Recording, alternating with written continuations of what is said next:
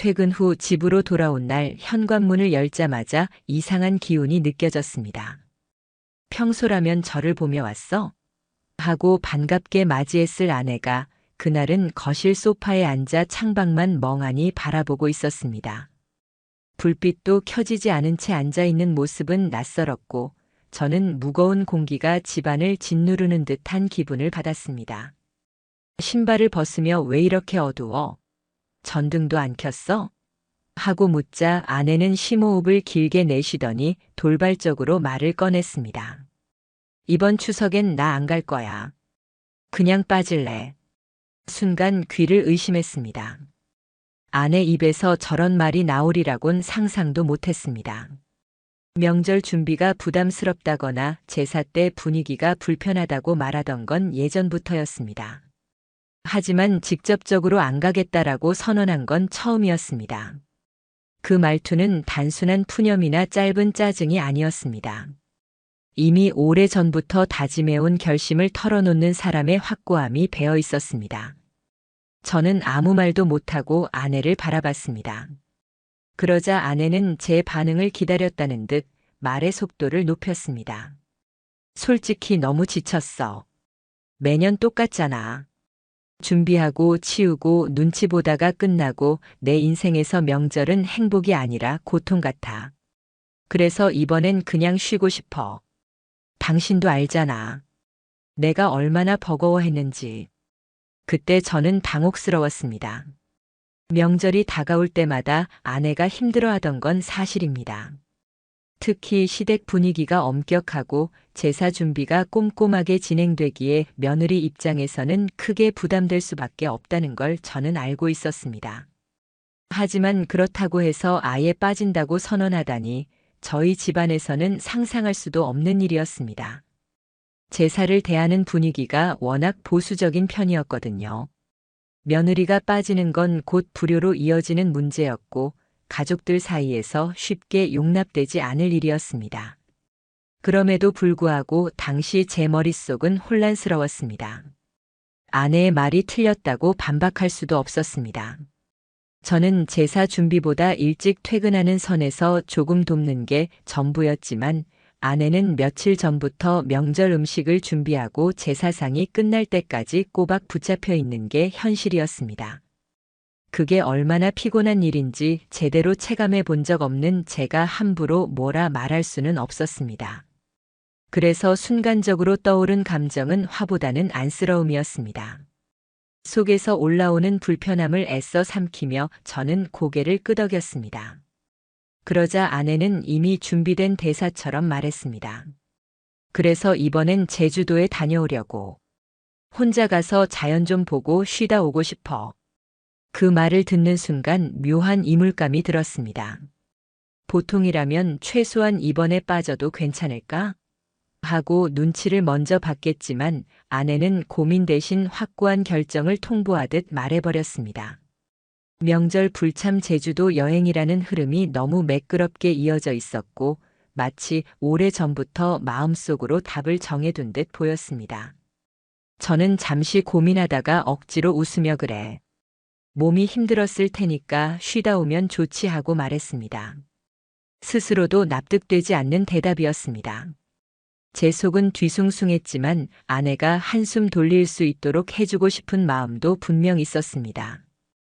혹여 반대했다가 다툼이 커지는 것도 원치 않았습니다. 며칠 뒤 아내는 실제로 항공권을 예약했고 짐을 챙기기 시작했습니다. 여행용 파우치, 얇은 니트, 화장품, 약통까지 꼼꼼하게 챙기는 모습은 마치 단순한 휴식 여행이 아니라 치밀하게 계획된 출장 준비 같았습니다. 저는 그저 지켜보며 마음속으로 복잡한 감정들을 억눌렀습니다. 속으로는 진짜 나 없이 명절을 건너뛰는 게 가능할까? 우리 집안 사람들은 어떻게 생각할까? 그 같은 불안이 요동쳤습니다. 하지만 아내의 얼굴엔 오랜만에 편안한 표정이 떠 있었고 그걸 보는 순간 굳이 막을 수 없었습니다. 명절 이틀 전 아내는 가볍게 가방을 들고 공항으로 향했습니다. 잘 다녀올게. 웃으며 떠나는 그 모습은 도망치듯 보이기도 했습니다. 저는 혼자 남아 껄끄러운 현실을 감당해야 했습니다. 가족들에게는 감기에 걸렸다며 둘러댔습니다. 혼자 제사 준비와 집안일을 도맡으며 속으론 자존심이 상했습니다. 왜 제가 아내의 빈자리를 숨기며 눈치를 봐야 하는지 억울한 감정이 차올랐습니다. 명절 당일 느닷없는 사건이 터졌습니다. 제사상 정리를 끝내고 쉬고 있을 때 형수가 갑자기 저에게 휴대폰을 내밀었습니다. SNS 화면이었는데 낯익은 라면집 사진이 올라와 있었습니다. 제주에서 유명한 라면집이었고 저도 예전에 여행 갔을 때 한번 들른 적이 있는 곳이라 기억나 있었습니다. 그런데 문제는 그 사진 속 인물이었습니다. 형수가 손가락으로 화면을 가리켰습니다. 이 여자 동서 아니에요? 순간 가슴이 철렁 내려앉았습니다. 사진 속 여자 고개를 숙이고 라면을 먹고 있는 모습, 그리고 손목에 끼워진 은색 커플 팔찌까지. 분명히 아내였습니다. 더 악몽 같았던 건 혼자가 아니라는 사실이었습니다. 아내 옆엔 한 남자가 앉아 있었는데 두 사람이 앉아 있는 거리는 연인처럼 가까웠고 사진의 분위기 자체가 누가 봐도 데이트 그 이상도 이하도 아니었습니다. 마지막 결정타는 사진 밑에 달린 문장이었습니다. 제주에서 먹는 라면 한 그릇, 그녀와 함께라 더 특별했던 날. 읽는 순간 제 심장이 내려앉았고 머릿속에 번개가 치는 것 같았습니다. 더 끔찍했던 건 그 사진에 아내가 직접 좋아요를 눌렀다는 사실이었습니다. 적어도 숨기려는 노력도 없이 당당히 자신의 존재를 드러낸 겁니다. 그 순간 머릿속이 새하얗게 변하며 믿음이 삽시간에 무너져 내렸습니다. 형수의 목소리는 멀리서 들리는 것 같았습니다. 혹시 착각일 수도 있으니까 너무 마음 쓰지 마. 그러나 저는 분명히 알고 있었습니다. 그 옷, 그 팔찌, 그 자세는 절대로 착각이 될 수 없는 아내였습니다. 그날 이후 저는 제 안에서 갈기갈기 찢어지는 감정 속에 서 있었습니다. 혼자 쉬겠다더니 그 남자와 함께 제주도에 있었던 거야? 나한테 왜 거짓말을 한 거지? 저 남자는 도대체 누구지? 수많은 의문이 들이닥쳤지만 무엇보다 충격이었던 건 아내의 태도였습니다. 최소한 들키지 않으려는 신용조차 하지 않았다는 것. 오히려 행복해 보이는 사진 앞에서 여유 있게 좋아요를 누르고 있었다는 사실이었습니다. 저는 아무 말도 하지 못한 채 자리에 멍하니 앉아 있었습니다. 명절의 무게와 가족의 시선보다 더 큰 충격은 바로 아내의 배신이 제 눈앞에 드러났다는 것이었습니다. 그리고 그 순간 저는 깨달았습니다. 이건 단순한 불참도 그냥 휴식 여행도 아니었다는 걸요. 아내는 명절이라는 울타리를 벗어나 다른 세계에서 다른 사람과 함께 새로운 삶의 조각을 그리고 있었던 겁니다. 그리고 그 한 장의 사진이 제 믿음을 송두리째 무너뜨리며 시작점이 되었습니다. 아내의 사진을 본 이후 제 머릿속은 밤낮 없이 떠들썩했습니다. 그 한 장의 사진이 던져놓은 충격은 단순히 순간적인 분노를 넘어 그동안 제가 무심히 지나쳤던 일상의 퍼즐 조각들을 하나둘 꿰어 맞추게 만들었습니다. 그리고 놀랍게도 그 조각들은 전부 이미 진행되어 왔던 계획된 행동이라는 사실을 드러내고 있었습니다. 생각해보면 아내의 변화는 꽤 오래 전부터 시작된 것이었습니다. 단순히 제사와 집안일에 지쳐 예민해진 게 아니었습니다. 제가 그때그때 대수롭지 않게 넘겨버린 수많은 장면이 이제 와서 모두 명확한 의미를 띠고 떠오르고 있었습니다. 가장 먼저 떠오른 건 휴대폰이었습니다. 예전 아내는 휴대폰을 자유롭게 사용했습니다. 저와 영상을 함께 보거나 친구와의 대화를 보여주며 가벼운 이야기를 나누기도 했습니다. 그런데 어느 순간부터 아내는 휴대폰을 늘 손에서 놓지 않았습니다. 식탁에 앉아 있을 때도 침대에 누웠을 때도 아침에 눈 뜨자마자 가장 먼저 손에 쥔 게 휴대폰이었습니다. 화면을 켜는 각도도 미묘하게 달라졌습니다. 제가 옆에 다가가면 잽싸게 화면을 돌려버리거나 아예 폰을 뒤집어두는 행동을 반복했습니다. 그것은 단순한 무의식적 습관 같지 않았습니다. 분명 뭔가를 숨기려는 행동이었습니다. 그뿐만이 아니었습니다. 언제부턴가 아내는 집안일에서 점점 손을 떼기 시작했습니다. 평소 부지런히 움직이던 사람이었다는 점에서 그 변화는 더 두드러졌습니다. 방에 틀어박혀 하루 가운데 절반 이상을 보내기도 하고 이유 없이 머리가 아프다며 누워있는 날이 많아졌습니다. 그럴 때마다 은은하게 들려오는 통화 소리가 있었습니다. 하지만 아내는 통화 버튼을 누르자마자 방 밖으로 나가버리기 일쑤였고 저는 그저 회사 일 때문인가 보다 하고 넘겨버렸습니다. 사실 그때가 이미 신호였습니다. 그 다음으로 이상했던 건 이유 없는 외출이었습니다. 어느 날 분명 회사 일정이 없다고 말했던 날이었는데 퇴근 후 집 앞에서 아내를 마주치게 되었습니다. 그녀는 택시에서 황급히 내려 누군가와 손을 흔들며 인사를 나누고 있었습니다. 저를 발견하자 약간 당황한 얼굴로 동네 친구야라고 설명했지만 그 남자의 실루엣은 지금 생각해보면 낯익었습니다. 바로 제주 라면집 사진 속 그 남자와 굉장히 닮아 있었습니다. 당시에는 그냥 대수롭지 않게 흘려보냈었죠. 하지만 결국 그 기억이 진실로 이어지는 열쇠가 되었습니다. 그리고 하나 더 떠오른 건 택배함을 드나들던 모습입니다. 명절 전 아내는 거의 매일처럼 집 앞 택배함을 확인했습니다. 저는 장난스럽게 무슨 택배가 그렇게 많아? 나한테도 선물 좀 해줘라고 말했는데 아내는 머쓱하게 웃으며 당신 몰래 준비한 추석 선물이야 라고 얼버무렸습니다. 당시에는 소소한 비밀쯤으로 여겼습니다. 그러나 아내가 제주도로 떠난 이후 집 거실 책장 위에 있던 작은 박스 하나가 감쪽같이 사라졌습니다. 그 안에는 여행용 미니 카메라, 제가 선물했던 폴라로이드 카메라, 화장품 샘플, 비상약 같은 게 들어있었는데 전부 여행에서 기록을 남기는 데 필요한 물건들이었습니다. 그때서야 저는 깨달았습니다. 그 택배가 단순한 추석 선물 따위가 아니었다는 걸요.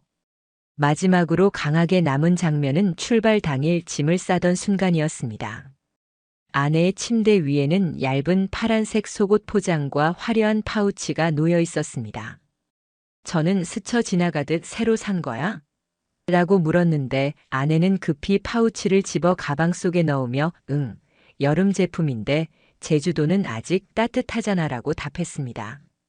당시에는 대수롭지 않게 넘어갔지만 그게 사실은 남편에게 보여주지 않으려는 준비물이었던 겁니다. 모든 퍼즐은 거꾸로 맞춰졌습니다. 휴대폰을 손에서 놓지 않던 이유, 일부러 집안일을 피하던 태도, 택시에서 내리며 인사했던 남자, 수상쩍던 택배 상자, 여행 전 새로 산 의류와 파우치.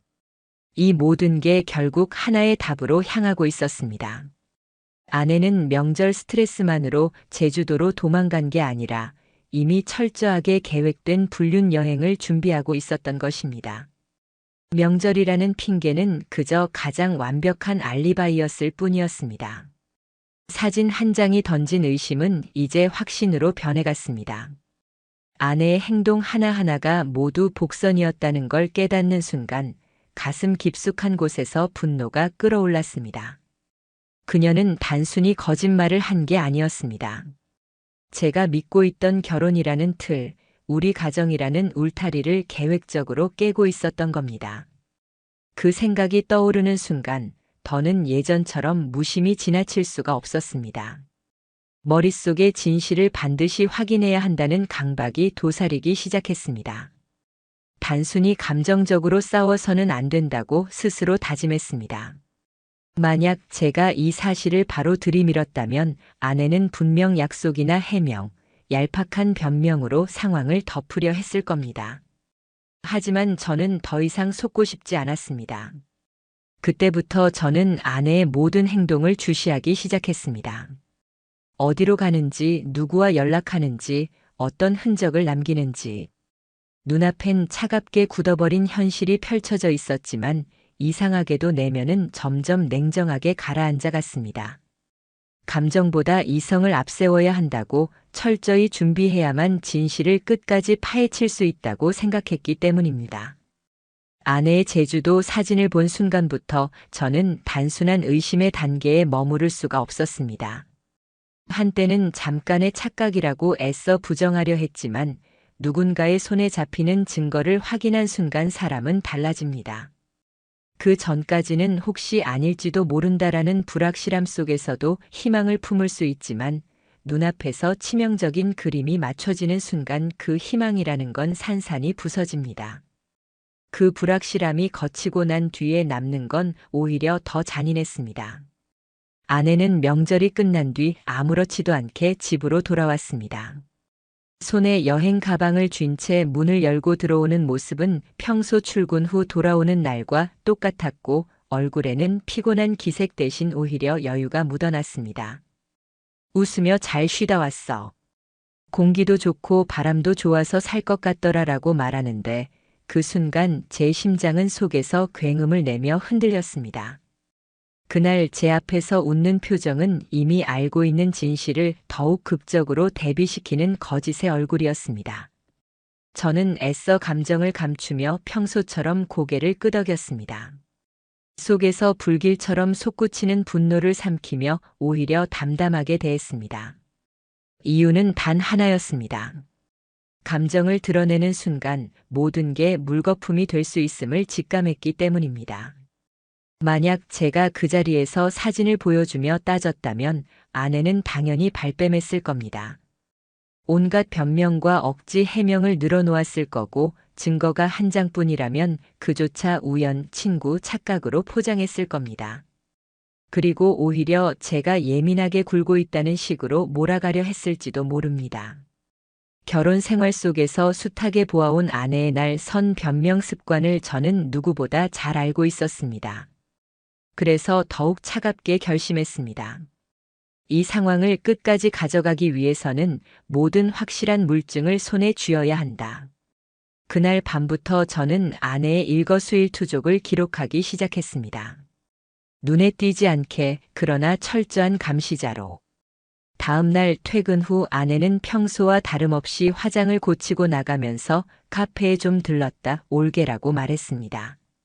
너무 자연스럽게 흘러나오는 거짓말이었기에 오히려 분노가 치밀었습니다. 하지만 겉으로는 저는 미소를 띤 채 그래 다녀와. 조심하고라고 답했습니다. 목소리는 차분했지만 속으로는 이미 시계를 확인하고 메모를 작성했습니다. 언제 나갔는지, 어떤 옷차림이었는지, 어떤 핑계를 댔는지. 그 순간부터 저의 일상은 두 겹으로 나뉘었습니다. 겉으로는 이해심 많은 남편의 가면을 쓰고 속으로는 모든 거짓말을 기록하는 수사관처럼 움직였습니다. 며칠 뒤 저는 결심을 단단히 하고 움직였습니다. 아무리 감정을 억누르고 기록을 해도 눈에 보이지 않는 진실은 잡히지 않았습니다. 단순히 추측과 메모만으로는 아내의 일탈을 증명할 수 없었고 저는 보다 현실적인 방법이 필요했습니다. 그때 제 머릿속을 스친 건 추적기였습니다. 한 지인을 통해 요즘 차량에 부착할 수 있는 소형 GPS 기기를 알게 되었고 법적 문제를 최소화하기 위한 여러 얘기도 들었습니다. 부부 공동재산 개념 때문에 문제 안 된다는 말이 제 마음을 더욱 부추겼습니다. 물론 법적으로 걸릴 소지가 있다는 것도 나중에서야 깊게 알게 되었지만 그 순간 제게 가장 중요했던 건 진실이었습니다. 결국 저는 작은 박스에 담긴 GPS 장치를 구매했고 어느 저녁 아내가 샤워 중일 때 몰래 차 트렁크 안쪽 깊숙한 곳에 부착했습니다. 묘하게 손끝이 떨렸습니다. 저 자신이 이렇게까지 할 줄 몰랐고 동시에 이런 방법을 써야만 한다는 현실이 참담했습니다. 하지만 마음 한편에서는 희한한 안도감도 있었습니다. 이제 거짓말이 어디서든 잡힐 것이고 증거는 쌓여갈 테니까요. 다음 날 저녁 아내는 오늘은 오래된 동창을 만나야 한다며 외출을 알렸습니다. 평범한 듯 던져진 한마디였지만 저에겐 의심의 신호탄이었습니다. 저는 들키지 않으려 평소처럼 고개를 끄덕여 주었고 곧 휴대폰을 열어 GPS 어플을 켰습니다. 화면 속 빨간 점이 움직이기 시작했습니다. 처음엔 번화가로 향하다가 차는 갑자기 방향을 틀어 외곽 쪽 주택가 근처 상권에 멈췄습니다. 지도상으로는 작은 카페와 가정집, 그리고 작은 호텔이 모여 있는 골목이었습니다. 차는 1시간 넘게 그 자리에 있었습니다. 저는 숨이 막히듯 화면을 들여다보며 온갖 생각에 사로잡혔습니다. 아내는 그곳에서 지금 무슨 일을 하고 있는 걸까? 정말 오래된 동창을 만난 게 맞을까? 그 다음 날도 또 그 다음 날도 반복이 이어졌습니다. 일정한 시간대, 비슷한 구역, 비슷한 정차 위치. 저 혼자만의 상상이 아니라는 증거가 점점 쌓여갔습니다. 그리고 결정적인 단서는 쓰레기 더미에서 나왔습니다. 어느 날 아침 아내가 외출하고 돌아온 뒤 차 안을 살핀 저는 바닥에 구겨진 종이를 발견했습니다. 영수증이었습니다. 그것은 특별한 호텔에서의 결제 내역이었고 체크인과 체크아웃 시간이 아주 구체적으로 찍혀 있었습니다. 그 순간 머릿속이 하얘졌습니다. 단순히 의심만 하던 게 실체를 드러내는 순간이었으니까요. 거기에 더해 다른 영수증은 편의점 결제 내역이었는데 와인과 안주 그리고 커플 전용 스킨케어 세트가 적혀 있었습니다. 혼자 여행을 가거나 스트레스 해소를 위해 구매할 수 있는 물건이 아니었습니다. 그것은 분명 누군가와 함께하기 위한 물건이었습니다. 그 모든 걸 붙잡는 순간 저는 더 이상 머뭇거릴 수 없었습니다. 아, 이제는 확실히 나를 기만하는구나. 하지만 다시 한번 마음을 다잡았습니다. 증거를 쥐고 있는 상태에서도 더 치밀해야 한다는 다짐이었습니다. 호텔 영수증, 편의점 영수증, 차량 이동 경로, 제주도 여행 흔적. 모든 것을 폴더로 정리하기 시작했습니다. 일부는 엑셀 파일을 만들어 날짜별로 배열했습니다. 사진, 시간, 장소, 결제 내역까지 모두 기록했습니다. 제 자신이 마치 한 명의 수사관처럼 변해 있었습니다. 어느 순간 거울에 비친 제 얼굴을 보며 섬뜩하게 느꼈습니다. 이제는 단순히 상처받은 남편이 아니라 냉철하게 움직이는 조사자가 된 것 같았으니까요. 하지만 그렇게라도 하지 않으면 언제든 변명으로 덮일 수 있는 불륜의 망령 앞에서 무너지고 말았겠죠. 며칠 후 아내는 이번 주말에 갑자기 회사 프로젝트가 잡혔다며 늦는다 했습니다. 순간 제 마음은 이미 답을 알고 있었습니다. 그래, 무리하지 말고. 태연이 답했지만 제 눈빛은 차갑게 얼어붙어 있었습니다. 그날 모든 준비는 끝났습니다. 이제는 기록을 넘어 현장을 직접 확인할 차례였습니다. 아내는 금요일 저녁 평소와 다름없는 얼굴로 퇴근했습니다. 하지만 제 눈에는 그날따라 모든 행동이 부자연스럽게 보였습니다. 현관문을 열고 들어오자마자 화장대 앞에 앉아 꼼꼼하게 화장을 다시 하고 머리까지 고데기로 정리했습니다. 평상시엔 회식이나 약속이 아니면 좀처럼 하지 않던 행동이었습니다. 오늘 회사에서 팀장님이랑 미팅이 있어서 늦게 끝날 것 같아. 아내는 아무렇지도 않게 말했습니다. 하지만 저는 그 한마디에 내심 씁쓸한 웃음이 나왔습니다. 회사에서 늦게까지 미팅을 준비하는 사람이 굳이 향수를 진하게 뿌리고 원피스를 갈아입고 머리를 곱게 손질할 이유가 있을까요? 전부 누군가를 만나기 위해 준비하는 모습이었습니다. 저는 감정을 들키지 않으려 했습니다. 오히려 차분한 얼굴로 고개를 끄덕이며 말했습니다. 그래. 무리하지 말고 천천히 와. 그 말을 던지는 순간 제 속에서 비수 같은 감정이 치밀어 올랐습니다. 제 말의 숨은 의미를 아내는 전혀 눈치채지 못했습니다. 순간 잠시 멈칫하더니 이내 익숙한 듯 고개를 끄덕이고 집을 나섰습니다. 문이 닫히자마자 집안에 정적이 흘렀습니다. 그 침묵 속에서 저는 천천히 준비했던 가방을 들었습니다. 작은 캠코더, 휴대폰, 보조 배터리, 차량 블랙박스와 연동되는 저장 장치까지. 손끝이 떨렸습니다. 지금 하려는 일이 단순한 감시가 아니라 가정을 무너뜨린 진실을 직접 마주하는 순간임을 너무나 잘 알고 있었기 때문이었습니다. 밤 9시 무렵 저는 이미 아내의 차량 GPS 신호를 따라 서울 시내 특정 구역으로 향하고 있었습니다. 지도상의 붉은 점은 호텔 밀집 지역에 찍혀 있었고 그 호텔 이름은 며칠 전 발견했던 영수증에 적힌 곳과 일치했습니다. 도착하니 좁은 골목과 작은 호텔 건물들이 늘어서 있었습니다. 화려하지도 그렇다고 허술하지도 않은 딱 은밀한 만남이 숨을 수 있는 공간이었습니다. 주차장 구석에 하얀 SUV 한 대가 눈에 띄었습니다. 번호판을 확인한 순간 심장이 멎는 듯 했습니다. 아내의 차량이었습니다. 저는 핸들을 붙잡은 채 깊게 숨을 내쉬었습니다. 차 안에 앉아 있자니 온몸이 긴장으로 굳어버리는 느낌이었습니다. 지금 호텔 안에는 아내가 있을 겁니다. 그녀 혼자가 아니라 그 남자와 함께. 그 사실을 온전히 받아들이느냐 아니면 여전히 의심일 뿐이라며 회피하느냐. 제 안에서 마지막 대답이 갈라지고 있었습니다. 하지만 시간이 흐르면서 머리보다 가슴이 먼저 반응했습니다. 두 손을 떨며 캠코더를 켜고 준비했습니다. 전부 기록해야만 했습니다. 감정이 증거가 되어주지는 않습니다. 눈으로 본 모든 것은 순간의 폭발로 끝날 수 있지만 사진과 영상은 지워지지 않고 남을 겁니다. 밤은 깊어갔고 11시를 넘어가던 무렵 호텔 자동문이 미끄러지듯 열렸습니다. 두 사람이 나왔습니다. 그 순간 제가 보게 된 장면은 제 심장을 갈기갈기 찢어 놓았습니다. 한 사람은 제 아내였습니다. 그리고 그녀 옆에는 낯선 남자가 있었습니다. 아내와 나란히 걷는 그의 손에는 캐리어가 들려 있었습니다. 더욱 충격적이었던 건 아내가 그 남자의 팔에 손을 올리고 있는 모습이었습니다. 마치 오래전부터 함께한 연인처럼 익숙하고 자연스러웠습니다. 그런 모습은 단 한 번도 제 옆에선 보여주지 않았던 제스처였습니다. 그들의 표정은 평온했습니다. 불안도 긴장도 찾아볼 수 없었습니다.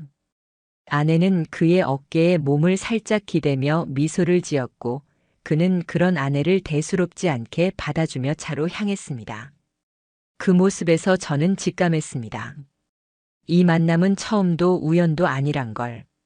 이미 수없이 반복되어 온 일이었음을 몸서리치게 느낄 수 있었습니다. 저는 차 안에서 몸이 굳은 채로 그 장면을 지켜봤습니다. 뛰쳐나가고 싶은 충동이 온몸을 덮쳤습니다. 하지만 꾹 참았습니다. 지금 감정에 휘둘려서야 모든 게 헛수고가 됩니다. 대신 카메라 줌을 당겨 연속으로 촬영했습니다. 아내의 모습을, 남자의 얼굴을, 두 사람이 주차장을 나서며 나누는 시선과 표정을 모조리 담았습니다. 그들이 차량에 올랐고 곧 어둠 속으로 사라졌습니다. 남겨진 건 공허한 주차장과 제 카메라에 남은 영상 파일뿐이었습니다. 텅 빈 공간에 홀로 남으니 숨이 가빠졌습니다. 그동안 제 안에서 소용돌이치던 모든 의심이 단숨에 현실로 바뀐 순간이었습니다. 분노와 허탈함이 교차했습니다. 발로 바닥을 차고 싶을 만큼 울컥하다가도 이젠 끝내야 한다는 냉정한 이성이 고개를 들었습니다. 저는 지푸라기라도 잡는 심정으로 호텔 로비로 향했습니다. 프런트 데스크 직원에게 다가가 아내의 카드 내역 일부를 보여주며 혹시 조금 전 퇴실한 고객님 중에 이 카드로 결제하신 분 계신가요? 하고 물었습니다. 당연히 직원은 단호하게 고개를 저었습니다. 개인정보라 말씀드릴 수 없습니다. 예상했던 반응이었습니다. 하지만 저는 이미 답을 알고 있었습니다. 방금 제 눈앞에 지나간 두 사람의 뒷모습이 그보다 더 명확한 증거가 어디 있겠습니까? 거기에 CCTV까지 있다면 부정할 여지는 없을 겁니다. 집으로 돌아오는 길 제 내면은 산산조각 나 있었습니다. 한때 함께 웃고 울며 살아온 아내가 저를 속이고 다른 남자의 옆에서 웃고 있다는 사실. 그 뒤로 제가 걸어온 시간들이 얼마나 허망한지 머릿속이 하얘졌습니다. 그러나 곧 차가운 결심이 다시 찾아왔습니다. 이제는 감정 따위에 휘둘릴 필요가 없었습니다. 증거와 기록만이 저를 구할 무기였습니다. 그날 밤 집에 돌아와 저는 아내가 샤워 중일 때 조용히 휴대폰을 손에 쥐었습니다. 원래 비밀번호는 알고 있었기에 잠금은 쉽게 열렸습니다. 손끝이 떨렸지만 눈앞에 펼쳐진 화면은 그 이상의 충격을 주었습니다. 카톡 대화 기록. 몇몇은 삭제돼 있었지만 백업 파일에는 그대로 남아 있었습니다. 제주 라면집에서 찍은 다정한 셀카들, 명절 기간 동안 주고받은 은밀한 대화, 그리고 앞으로의 만남을 약속하는 문장까지. 더 나아가 아내가 그 남자가 운영하는 라면집 주인에게 이력서를 보낸 메일까지 확인할 수 있었습니다. 자주 가는 단골인데 잠시 도와주고 싶다는 말과 함께요. 모든 것이 하나의 그림으로 이어졌습니다. 아내는 단순히 명절 스트레스 때문에 도망친 게 아니라 애초에 그와 함께 제주에서 살아보기 위해 치밀하게 준비한 것이었습니다. 단순한 일탈이 아니라 이미 제2의 삶을 꾸리려 했던 것이었죠. 휴대폰 갤러리 속에는 둘의 셀카가 다수 남아 있었고 제주에서 함께 찍은 풍경샷, 숙소 사진, 심지어 서로 턱을 괴고 웃으며 찍은 사진까지 있었습니다. 저는 손에서 휴대폰을 내려놓고 한참 동안 공허하게 앉아 있었습니다. 이제 더 이상 혹시나라는 여지는 없었습니다. 모든 게 무너진 순간이었죠. 하지만 동시에 저는 이상하게도 울지도 소리치지도 않았습니다. 이미 분노는 한 바퀴 돌아 차갑게 굳어 있었고 오히려 철저한 계획의 냉기만이 자리 잡고 있었습니다. 그날 이후 저는 모든 자료를 정리했습니다. 라면집 인스타그램 사진 캡처, 호텔 CCTV, 카톡 대화, 영수증, GPS 데이터, 아내의 메일까지. 전부 날짜별로 배열했고 메모와 함께 보관했습니다. 더는 피해자로 머물지 않기 위해 이것은 제가 선택한 유일한 무기였습니다. 그리고 결심했습니다. 다음 만남 현장, 그 순간을 반드시 직접 두 눈으로 확인하고 끝내겠다고. 아내의 추악한 얼굴을 직접 보고 모든 증거를 손에 쥔 순간부터 저는 감정을 자르는 칼날 같은 냉정함 속으로 빠져들어갔습니다. 이제 더 이상 흔들릴 필요가 없었습니다. 분노가 저를 지배하던 시간은 이미 지나갔고 남은 건 끝내야 한다는 차가운 결심뿐이었습니다. 집으로 돌아온 아내는 여전히 익숙한 거짓말의 가면을 쓰고 있었습니다. 늦은 밤 문을 열고 들어오며 피곤하다, 힘들었다는 말만 반복했습니다. 하지만 그 얼굴에는 땀에 젖은 피로 대신 은은한 향수 냄새와 화장의 흔적이 남아 있었습니다. 저는 속으로 씁쓸하게 웃고 말았습니다. 거짓말은 이렇게 뻔뻔할 수 있다는 걸 결혼 생활 10년이 넘어 처음 깨달은 순간이었습니다. 아내가 씻고 침대에 누운 뒤 저는 조용히 거실에서 밤을 지샜습니다. 이제 이 상황을 더 끌고 갈 필요가 없었습니다. 하지만 무작정 터뜨리는 건 제게 불리했습니다. 법적으로 그리고 사회적으로 흔들림 없는 결과를 가져오기 위해서는 체계가 필요했습니다. 다음 날 아침 저는 곧장 변호사 사무실을 찾았습니다. 상담 테이블에 앉아 모든 자료를 꺼내놓는 순간 변호사의 얼굴은 굳어졌습니다. 이 정도 증거라면 상대방이 빠져나갈 구멍은 없습니다. 그 한마디가 제 심장을 잠시나마 안정시켰습니다. 저는 이미 준비해둔 파일을 변호사 앞에 펼쳐 보였습니다. 날짜별로 정리된 GPS 이동 기록, 호텔 영수증, 편의점 구매 내역, 아내와 상간남 여행 사진, 카톡 대화, 그리고 인스타그램 리뷰까지. 변호사는 하나씩 확인하며 고개를 끄덕였습니다. 상간남 소송과 이혼 소송을 동시에 진행하실 수 있습니다. 문제는 아내의 대응인데 이 정도면 발뺌은 어려울 겁니다. 저는 조용히 고개를 끄덕였습니다. 감정은 배제하려 했습니다. 지금 이 자리에서 울거나 분노를 터뜨릴 이유가 없었습니다. 모든 눈물은 이미 소진되어 있었고 냉혈한 같은 차가움이 저를 감싸고 있었습니다. 그날 저녁 드디어 아내와의 직접적인 대면을 준비했습니다. 평소와 다름없이 식탁에 나란히 앉았을 때 저는 일부러 가볍게 시작했습니다. 제주도 잘 다녀왔어? 아내는 잠깐 멈칫하더니 금세 아무렇지 않은 표정을 지으며 대답했습니다. 응, 그냥 좀 쉬다 오려고. 당신 덕분에 괜찮아졌어. 그 말을 들은 순간 제 속이 부글부글 끓어올랐지만 차갑게 노트북을 꺼내 켰습니다. 마치 준비된 연극의 한 장면처럼 저는 하나씩 클릭했습니다. 라면집에서 두 사람이 찍힌 사진, 호텔 CCTV 캡처, 아내의 휴대폰에서 복구한 셀카 그리고 카톡 대화창. 아내는 점점 얼굴이 창백해졌습니다. 눈동자가 떨리고 입술이 말라붙는 게 보였습니다. 그녀는 떨리는 목소리로 중얼거렸습니다. 그거 그냥 친구야. 오해하는 거야. 하지만 그 말은 제 귀에 들어오지 않았습니다. 저는 담담하게 말을 이었습니다. 상간남 소송. 그리고 이혼. 다 준비해놨어. 그 순간 아내는 마치 바닥이 꺼진 듯 흔들렸습니다. 결국 눈물을 터뜨리며 무릎을 꿇었습니다. 잘못했어. 잠깐 흔들린 것뿐이야. 한순간이었어. 용서해줘. 하지만 그 눈물과 무릎 꿇음이 제 마음에 와 닿지 않았습니다. 왜냐하면 그 앞에서조차 진심을 꺼내는 대신 마지막까지 변명을 던지고 있었기 때문입니다. 저는 휴대폰을 조용히 꺼내 녹화 버튼을 눌렀습니다. 그 순간조차 제가 해야 할 일은 감정이 아니라 증거였으니까요. 내가 지금 말하는 건 전부 기록될 거야. 변호사에게 전달할 거고 법정에서도 쓰일 거야. 아내는 울부짖으며 제 옆을 붙잡으려 했습니다. 하지만 이미 모든 건 끝난 뒤였습니다. 그날 밤 아내는 결국 짐을 챙겨 친정으로 갔습니다. 떠나는 뒷모습을 지켜보며 저는 담담하게 스스로에게 말했습니다. 이제 시작이다. 며칠 후 변호사는 상간남 측에 내용 증명을 발송했습니다. 처음엔 대수롭지 않게 반응하지 않던 그 남자도 두 번째 서류가 닿자 변호사를 선임하고 모습을 드러냈습니다. 연인 관계가 아니라 정서적 위로였다. 호텔에 묵은 건 단순한 실수였다. 그들의 주장은 뻔했습니다.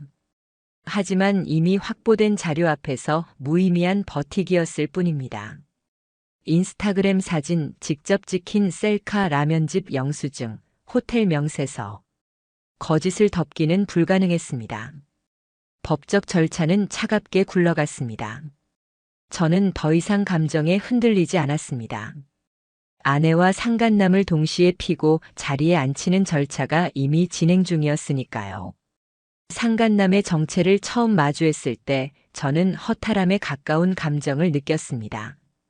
처음엔 직장 동료쯤일 거라 생각했습니다.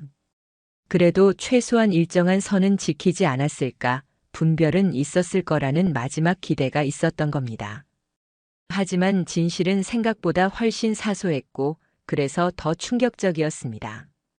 그 남자는 아내의 직장과는 아무런 연관이 없는 사람이었습니다. 정확히 말해 아내가 취미로 다니던 요가 강습에서 만난 프리랜서 사진작가였습니다. 정규직도 아니었고 안정된 직장도 아니었습니다. 자기소개에 늘 자유로운 삶을 추구한다고 적어 다녔고 SNS는 여행지 감성 사진과 자기만족적인 글들로 도배되어 있었습니다. 인물 사진을 찍으며 순간을 포착하는 예술가라고 스스로를 포장했지만 제 눈엔 그저 사회적 책임감 없이 하루하루를 소모하며 사는 무책임한 남자일 뿐이었습니다. 제주, 강릉, 속초 같은 바닷가 어딘가에서 찍은 사진을 올리며 자유롭다, 행복하다라고 말하는 모습은 오히려 비겁해 보였습니다. 누군가의 가정을 무너뜨리면서까지 누리는 자유라면 그것은 결코 자유일 수 없으니까요. 더 소름 끼친 건 그의 SNS 곳곳에서 아내의 흔적이 발견되었다는 사실이었습니다.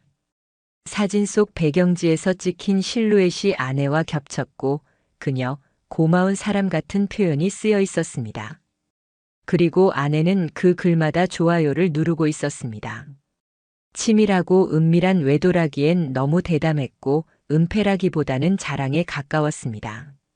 저는 변호사와 상의 끝에 상간남에게 정식 소장을 발송했습니다. 내용 증명에는 불륜의 사실관계, 손해배상 청구 금액, 가정 파탄에 대한 책임 조항이 하나하나 명시돼 있었습니다. 첫 번째 서류에는 아무런 반응이 없었습니다. 마치 사건이 무의미하기라도 한 듯 침묵으로 일관했습니다. 잠시 흔들리나 싶었지만 두 번째 문서가 전달되자 드디어 상간남 측 변호사가 답변을 보내왔습니다. 두 사람은 연인 관계가 아니었다. 단순한 정서적 교류였을 뿐이다. 함께 식사하거나 여행을 한 것은 사실이지만 불륜으로 규정할 수 없다. 그들의 주장은 뻔했습니다. 서로를 위로해 준 것뿐이라는 거였습니다. 하지만 제가 확보한 자료 앞에서 그런 말은 아무 의미가 없었습니다. 호텔 영수증, 차량 GPS 기록, 제주 여행 중 찍힌 셀카 같은 방에서 촬영된 사진들. 어느 하나라도 정서적 위로라는 말로는 포장할 수 없었습니다. 법정에서의 첫 대면은 긴장감으로 가득했습니다. 저는 원고로 앉았고 피고석엔 아내와 상간남이 나란히 앉아 있었습니다. 아내는 고개를 떨군 채 단 한 번도 제 시선을 마주하지 않았습니다. 반대로 상간남은 억울하다는 듯 뻔뻔하게 고개를 젖히며 판사 앞에 섰습니다. 저는 그녀와 연인 관계가 아닙니다. 다만 힘들어하는 마음을 위로했을 뿐입니다. 그의 태도는 끝까지 저를 자극했습니다. 하지만 곧 제 변호사가 준비한 자료들이 하나둘 겟이 화면에 띄워졌습니다. 라면집 사진, 호텔 CCTV 캡처, 아내의 카톡 대화, 그리고 편의점에서 구매한 커플 세트 영수증까지. 재판부는 아무런 변명도 통하지 않는다는 듯 묵묵히 고개를 끄덕였습니다. 결국 상간남의 태도는 오히려 법정에서 자신에게 불리하게 작용했습니다. 그는 반성은커녕 오히려 억울하다고 소리쳤고 SNS를 계속 운영하며 그 안에서조차 아내의 흔적을 남기고 있었습니다. 제 변호사는 그 모든 SNS 기록을 캡처해 제출했습니다. 글 속에는 사랑, 고마움 같은 단어가 명확하게 등장했고 함께한 여행지의 사진이 증거로 남아 있었습니다. 법원은 이를 명백한 부정행위로 판단했습니다. 상간남 소송에서 2천만 원 손해배상 판결이 내려졌습니다. 판결문이 낭독되던 순간 상간남의 얼굴은 그제서야 굳어졌습니다. 하지만 그건 이미 너무 늦은 후였습니다. 판결 이후 그의 삶은 급격히 무너져 내렸습니다. 본인이 운영하던 사진 클래스는 수강 취소가 이어졌고 온라인 커뮤니티엔 불륜 사진작가라는 꼬리표가 붙었습니다. 그가 그렇게 자랑스럽게 올리던 SNS 계정은 비공개로 바뀌었고 유튜브 채널과 블로그도 싸늘한 조롱으로 가득 찼습니다. 자신을 감성으로 포장하며 살던 사람의 말로는 결국 막장과 몰락뿐이었습니다. 아내의 상황도 비슷했습니다. 친정에 머물던 그녀는 직장에서 휴직계를 제출했고 소문이 돌면서 끝내 복직조차 못하고 퇴직 처리되었습니다. 직장 동료들 사이에서는 명절 피하려고 제주 갔다가 상간남이랑 들켜 이혼당했다는 뒷말이 퍼졌습니다. 장모님은 눈물로 전화를 해왔습니다. 왜 그렇게까지 했냐고, 내가 조금만 더 참아주지 그랬냐고. 그러나 저는 단호했습니다. 어머니, 제가 그냥 넘어가야 했을까요? 그럼 저는 뭐가 됩니까? 저는 피해자가 아니라 당당히 맞서는 원고였습니다. 아내는 법정에서조차 저를 직시하지 못했습니다. 변호사를 통한 답변 외에는 단 한마디 제대로 하지 않았습니다. 무책임과 회피, 그게 제가 사랑했던 사람이 끝까지 보여준 태도였습니다. 이 시점에서 저는 많은 걸 배웠습니다. 사람을 믿는다는 건 단순히 달콤한 확신이 아니라 무거운 책임이라는 것을. 그리고 그 믿음이 무너졌을 때는 감정이 아니라 법과 증거가 유일한 무기가 된다는 것을요. 상간남은 추락했고 아내는 모든 걸 잃었습니다. 사회적, 법적 결과는 명확했습니다. 그러나 제 감정은 복잡했습니다. 고소하다기보다는 단순히 공정한 결말이라는 생각이 들 뿐이었습니다. 법정에서 판결문이 낭독되던 순간 제 심장은 잔잔히 떨렸습니다. 이미 예측했던 결말이었지만 막상 재판부의 목소리로 그 단어들을 듣는 순간 모든 감정이 차오르는 걸 막을 수는 없었습니다. 피고의 부정행위는 명백히 인정된다. 이에 원고의 청구를 받아들여 이혼을 선고하며 위자료 및 손해배상 청구를 인용한다. 순간 제 귀에는 마치 망치가 내려찍히는 소리처럼 울렸습니다. 이것으로 끝이구나. 길었던 어둠의 터널이 마침내 막을 내렸구나. 재판장 양옆에 앉아있던 아내와 상간남은 대조적인 표정을 짓고 있었습니다. 아내는 흰 종이처럼 창백한 얼굴로 고개를 숙이고 있었고 상간남은 입술을 깨물며 억울하다는 표정을 짓고 있었습니다. 그러나 그 어떤 반박도 판결을 흔들 수는 없었습니다. 제가 법정을 나서는 순간 복도는 이상하리만큼 조용했습니다. 그리고 그 복도의 끝에서 아내와 마주쳤습니다. 마지막으로 마주하는 얼굴. 한때 제 삶의 전부였던 사람, 함께 울고 웃던 사람이 제 앞에 고개를 떨군 채 서 있었습니다. 그녀는 작은 목소리로 혼잣말처럼 중얼거렸습니다. 이렇게까지 될 줄은 몰랐어. 그 말을 듣는 순간 제 안에서 모든 감정이 정리되었습니다.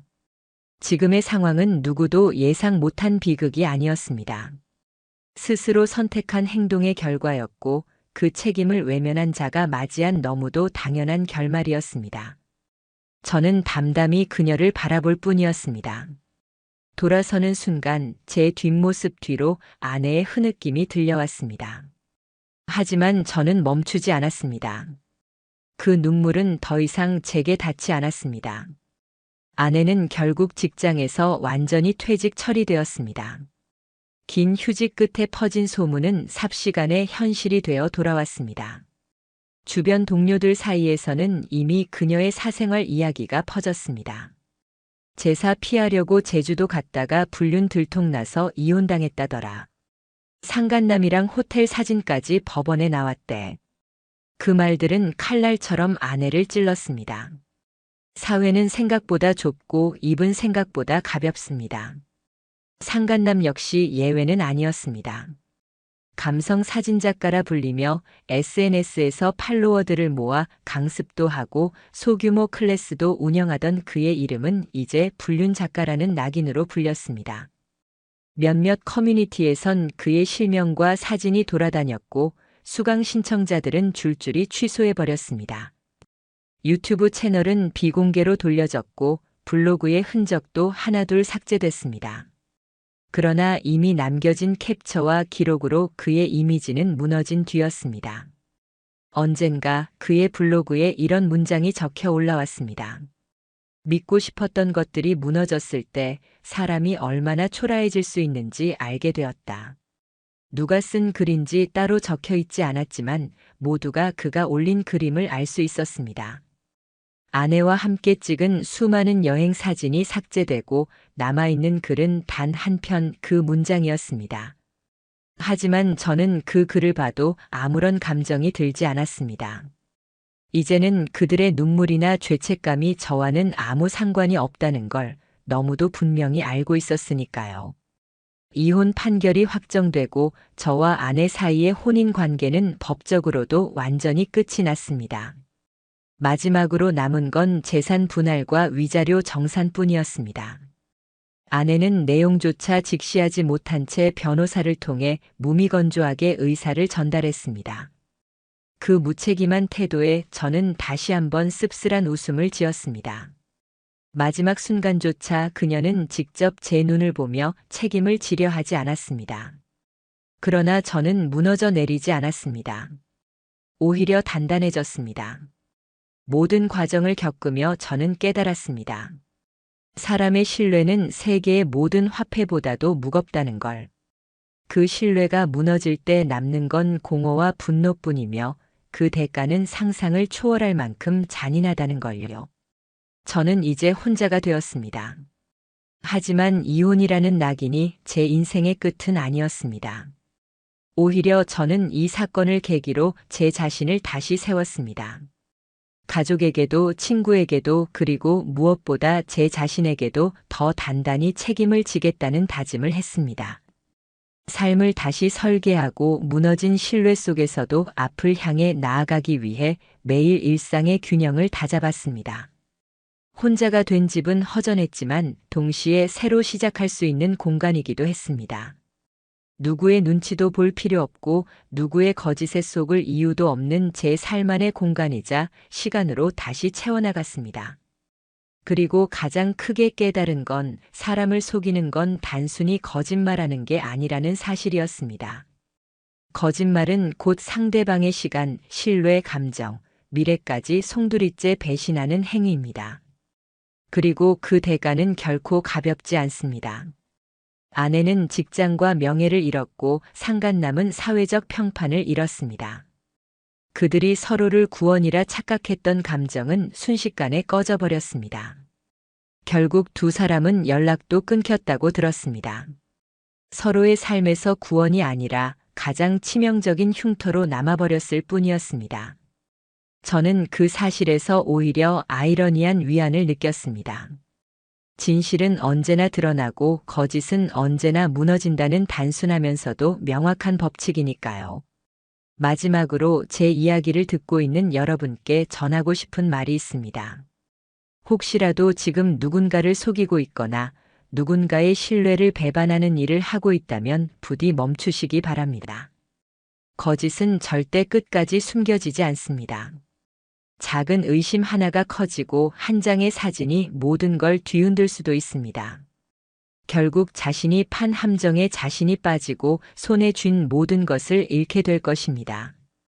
저는 이제 혼자가 되었지만 비로소 제 삶의 주체가 되었습니다. 앞길은 여전히 험하고 상처는 완전히 아물지 않았습니다. 그러나 단 하나는 분명합니다. 저는 더 이상 속지 않습니다.